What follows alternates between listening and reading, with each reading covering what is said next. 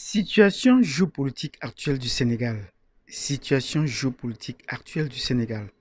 Nous avons tous la chance d'être ici parce que nous avons bien fait nos cours de géographie, nous avons bien assimilé nos cours de géographie et cela nous permet de comprendre aisément la situation géopolitique parce que vous allez vous rendre compte, beaucoup des analystes qui parlent de géopolitique occultent toujours l'aspect géographique.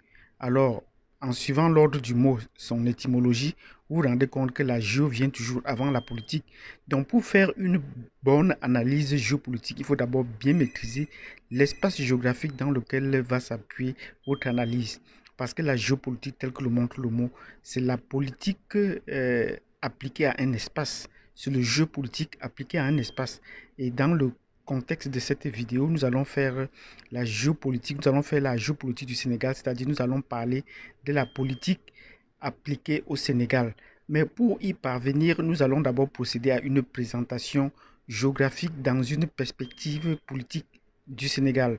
Je veux dire qu'une organisation macro euh, géographique du Sénégal. Vous vous êtes rendu compte, je vous ai dit dans des autres vidéos, que la France nous mentait régulièrement. Et elle ne ment pas seulement sur le Sénégal, mais elle ment sur l'Afrique en général. Et pour ce qui est du cas du Sénégal, vous allez vous rendre compte que la France nous ment souvent en présentant le Sénégal comme un pays de paix, alors que c'est un pays déchiré par le plus vieux conflit. Et ce qui fait que quand on regarde la situation géographique actuelle du Sénégal, on se rend compte que le Sénégal est divisé en trois grandes zones. La première zone, c'est la zone la plus au sud, et qui est celle de la Casamance, et où règne la rébellion depuis 30 ans et qu'on n'a pas encore pu trouver une solution. Et la deuxième zone, c'est la zone du milieu, dominée par les Wolofs et les Sérères qui partent donc de la mer de Dakar jusqu'à la frontière est. Et puis la troisième zone, c'est celle du nord.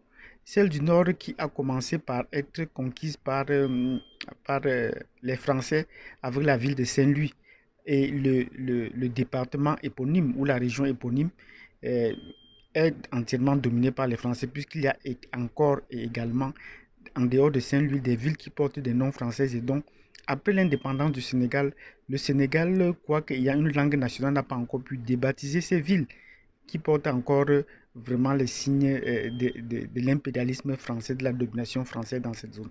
Donc nous vous présentons donc géographiquement le Sénégal qui est divisé vraiment en trois zones, mais dont on en parle très peu. On donne tout l'impression ou l'illusion que le Sénégal est un pays unifié, c'est un pays de stabilité, c'est un pays de paix, alors qu'il n'en est pas possible. Donc, partant de cette division géographique, il est plus facile maintenant de comprendre la situation politique du Sénégal. Avec le cas des hommes politiques, je vous ai dit dans la précédente vidéo que la plupart du temps, les hommes politiques venaient des tribus Wolof ou Sérères, ce qu'on considère à partir du sud comme les hommes du nord. Et maintenant qu'il y a un homme politique venant du sud, de la région de la Casamance, qui est jeune et qui veut résoudre le problème de la Casamance et même qui a un discours très tranché par rapport au discours postcolonial qu'on connaît souvent, on se rend compte qu'il y a des heurts. Il y a des heurts dans la classe politique, non pas seulement au Sénégal, mais dans la classe politique française. Parce que voilà ce qu'on appelle en français un discours de rupture. Voilà ce qu'on appelle un discours de rupture. Donc, l'opposant Ousmane Sonko est un homme neuf. Donc, de par ses origines, il vient du sud de la Casamance et ça qui fait de lui un opposant atypique. Parce qu'il risque de faire basculer le Sénégal dans une nouvelle dimension que les Français ne pourraient pas contrôler. Dans ces conditions, dans ces situations, donc, il serait possible qu'on essaie de trouver une alternative, soit pour le contrer, soit pour le réduire au silence, ou pour essayer de le corrompre, comme il en est souvent été le cas.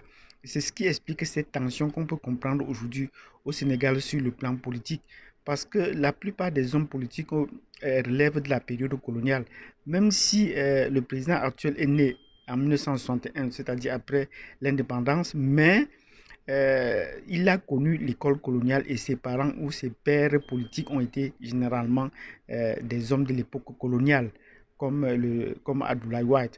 Donc, avec Ousmane Sonko, qui est relativement jeune, qui est très jeune même, et qui a un discours neuf, un discours de rupture, et qui voit les choses dans la perspective des jeunes Africains, il se pose donc des questions, ce qui est traduit par des tensions qu'on a sur le terrain aujourd'hui et par les violences. Et nous avons déjà proposé sur cette plateforme que la jeunesse sénégalaise doit éviter la violence, de violenter les magasins français ainsi que toutes les infrastructures françaises. Si vous êtes contre la France, nous le répétons, il faut opter pour un boycott des instituts français, ne plus participer à leurs activités.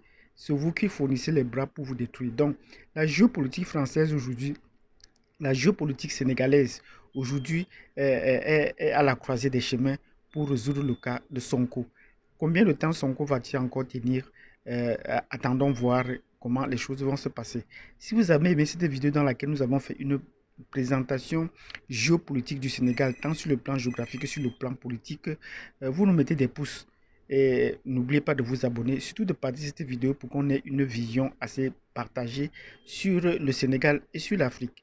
Merci et je vous donne rendez-vous à la prochaine vidéo.